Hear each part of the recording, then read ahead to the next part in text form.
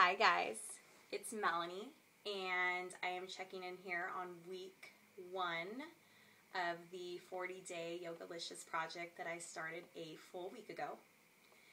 And tonight I wanted to check back in with you all and share my insights and my experience over the past week. So tonight we met as a group. There's about 10 or 11 women that were in this group together. And it's so amazing to go into a space where you just feel nurtured and you feel heard and acknowledged. I was talking with my friend Kelly tonight about that, and Adrian, about how it's so awesome when you can really let your hair down and let your veil come off and be yourself. So far in this journey that I've been on for the past 7 days, I've been able to do a lot of that. So checking back in, a couple insights that came to me as I was on my mat this week, and as I had continued to eat the way I normally eat, which is a primarily vegan diet with a little bit of vegetarian involved as well, and also doing my weekly and daily meditations, as well as just being more mindful of where my thoughts go. When I don't get enough sleep, I realize how much my brain goes somewhere else. So the biggest insights that I had this week were 2 things. One, I noticed that, and as I spoke about in the beginning blog that I wrote on, is that I'm a doer.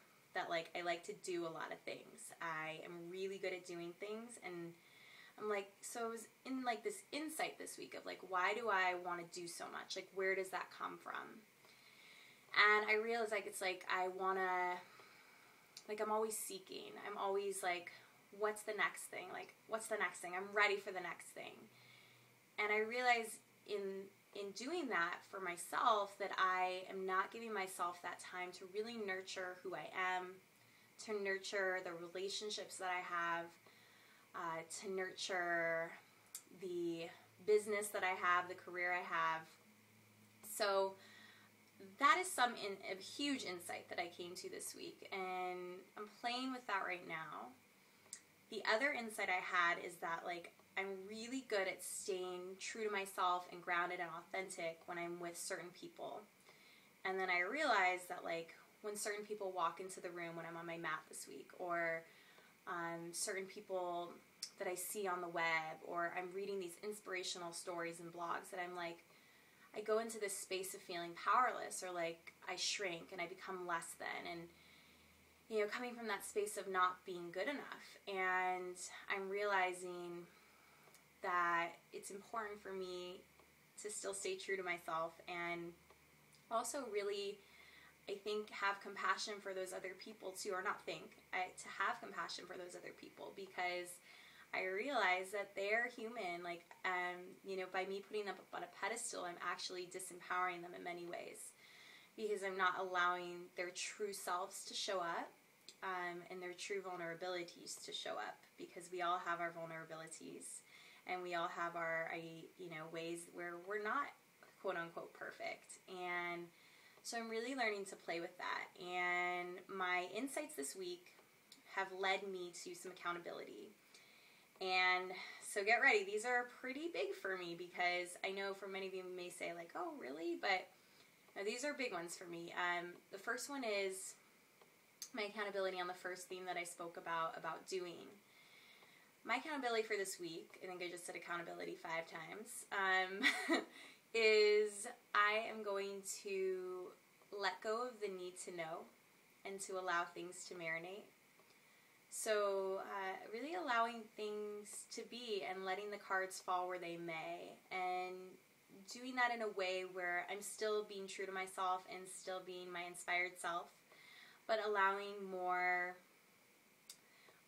grace to come in, more receiving to come in for me.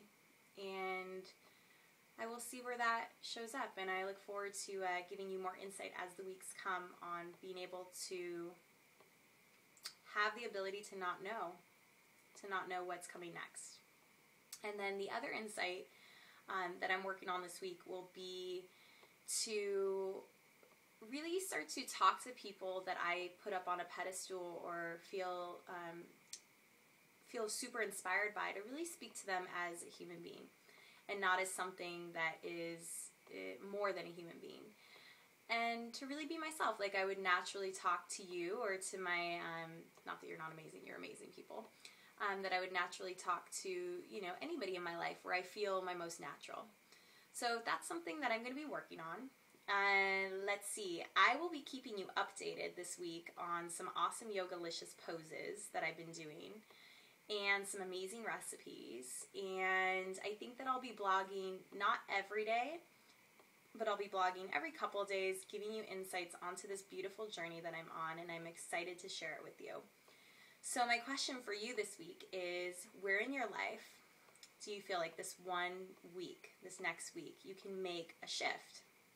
And maybe it's a shift in your routine, in the way you see things. You know the old adage where they say, like, change the way you see something and the things you see will change. So maybe it's like you wake up in the morning and you see the sun differently. Or you go to bed at night and instead of thinking about sleep the way you normally maybe think about it, like I have to get sleep in, maybe it's like you see sleep as something that's nurturing you, that is allowing you to be more creative. So whatever it is, and I'd love your feedback. I'd love to hear your experiences this week and where you've chosen to make your shift. And remember, one thing, as one of my mentors would say, one thing. So have an amazing evening, and I look forward to growing with you on this journey. Mwah!